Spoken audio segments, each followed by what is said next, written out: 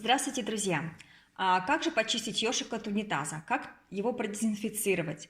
Как часто менять ёршик для туалета? Не такие же и простые вопросы. На мой личный взгляд, если у вас классический ёршик, то лучше всего использовать черного цвета. Он выглядит всегда более чистым, чем белый вариант.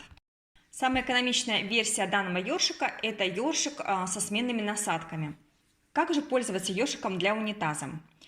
После очередного похода в туалет лучше всего помыть унитаз не просто ёршиком с водой, а добавить пару капель моющего средства для посуды. В таком случае и унитаз, и ёршик значительно лучше очистятся. Перед тем, как смыть, лучше всего поставить ёршик под струю воды, тогда он еще избавится от каких-то частиц, которые застряли между ворсинками, и будет значительно более чистым. Перед тем, как поместить ёршик в подставку, важно стряхнуть с него лишнюю воду. Для этого нужно несколько раз ударить им о поверхность унитаза, но без размаха, чтобы не летели брызги. Есть такая интересная особенность у мужчин, как правило, когда они чистят унитаз за собой, то сиденье унитаза не поднимают. И потом, когда помещают уже ёршик в подставку, они переносят его через сиденье унитаза, и с ёршика может что-то накапать на сидушку. Друзья, пожалуйста, не делайте так. Подставка для ёршика обязательно должна быть вентилируемой. В моем варианте это стакан, сверху нет крышечки, и ёршик значительно быстрее просыхает. Если у вас подставка полностью герметичная, то в замкнутом, теплом, влажном пространстве бактерии значительно быстрее размножаются.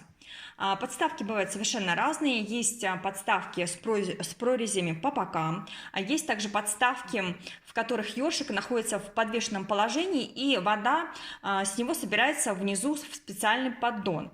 То есть вариаций много. Есть также настенные ёршики, они, как правило, с прорезями, поэтому здесь уже на ваш вкус и цвет.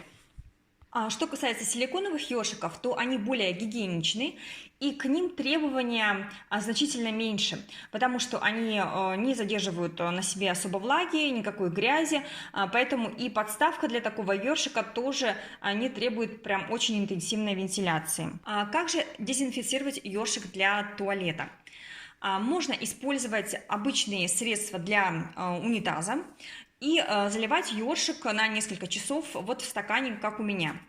Но я не использую покупные средства, я беру просто лимонную кислоту, приблизительно 5-6 столовых ложек с большой горкой, заливаю горячей водой до полного растворения, и в таком растворе я вымачиваю ёршик. Лимонная кислота – это универсальное средство, оно очень хорошо очищает не только ёршик, но и любые поверхности.